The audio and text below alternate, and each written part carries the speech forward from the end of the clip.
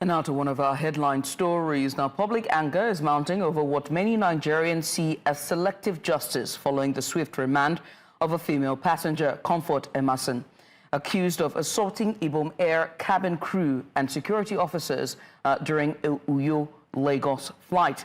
Viral videos show the young lady slapping and kicking airline and airport staff, including a female air hostess, after allegedly ignoring repeated instruction to switch off her phone before takeoff.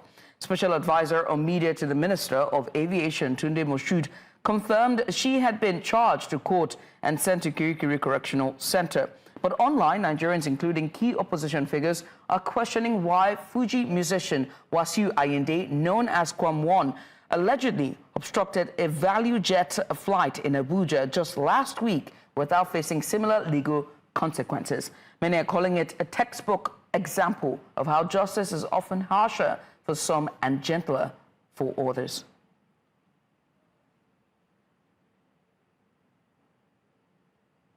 Now joining us live from Lagos is Todimu Ige. He's a lawyer and he's going to help us a bit to sort of iron out this issue. Mr. Ige, thanks so much for joining us. First of all, having seen both incidents, how do you assess the law enforcement in this case, in both cases? Well, my view, I think that I think strongly that the law enforcement have a bit of shortcoming because when it comes to arrest, ordinarily the NCCA Act provides that if there is a disruptive passenger, it is the duty of the airline to pick up the passenger, deboard the passenger, and hand over to law enforcement. Having said that, you will see that the role of the law enforcement is to restrain the passenger and remove such passenger. And you will see that in the both incidences for that of KWAM 1 and KWAM 2, as it has been, that is being referred to on social media, you will see that the law enforcement did not play their role adequately. And now I'm beginning to ask myself, what if it was in the situation whereby it was a combative or an armed passenger? Would this have been the response? Would this be the response time? You know, to me, it begs a lot, and I feel that the law enforcement should be more up and doing.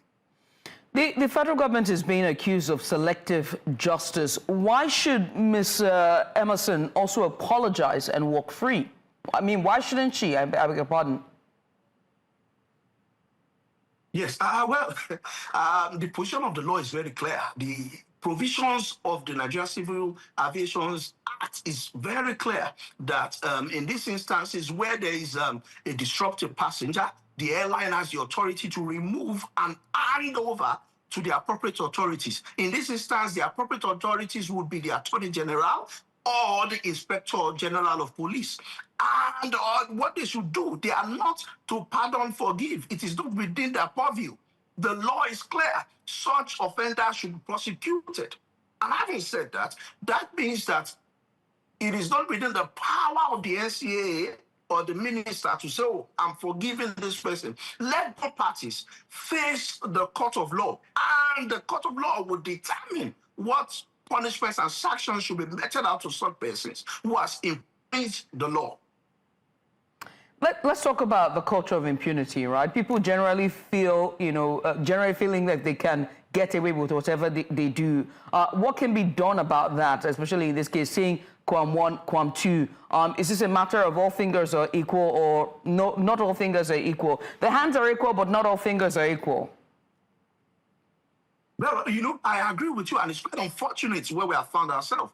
Most people tend to behave abysmally and throw caution into the wind when they feel that caution, they feel that their action has no consequences. We need, to build a better Nigeria, to build a better society, there must be the operation of the rule of law and justice. What is justice? Justice is fair to everyone. You will see that the lady justice, her eyes is covered. That means that nobody is special. In the eye of the law, we are all equal. Yes, they say that fingers are not equal, but in the eye of the law, everybody is equal. What applies to A should apply to B. What is sauce for the goose should be sauce for the gander. And having said that, it means that everybody is equal in the eye of the law. Justice must be served. Everybody must face the law. If you are letting one person go, then the other person should go. However, some school of thought has said that she also assaulted the airline hostesses. Of course, investigation will be ongoing. But the truth of it is that we can appropriate and reprobate. Both parties should be made to face a competent law of jurisdiction. And this law, this court would now determine whether they are to be set free, whether they are to be fined, whether they are to be pardoned. But justice is when both of them have their day in court. I think that one thing we have to take away from this is that there are no perfect victims. Whether or not she committed assault, it doesn't mean that being undignified in that matter, in that way that she was subjected to such a mannerism or treatment, it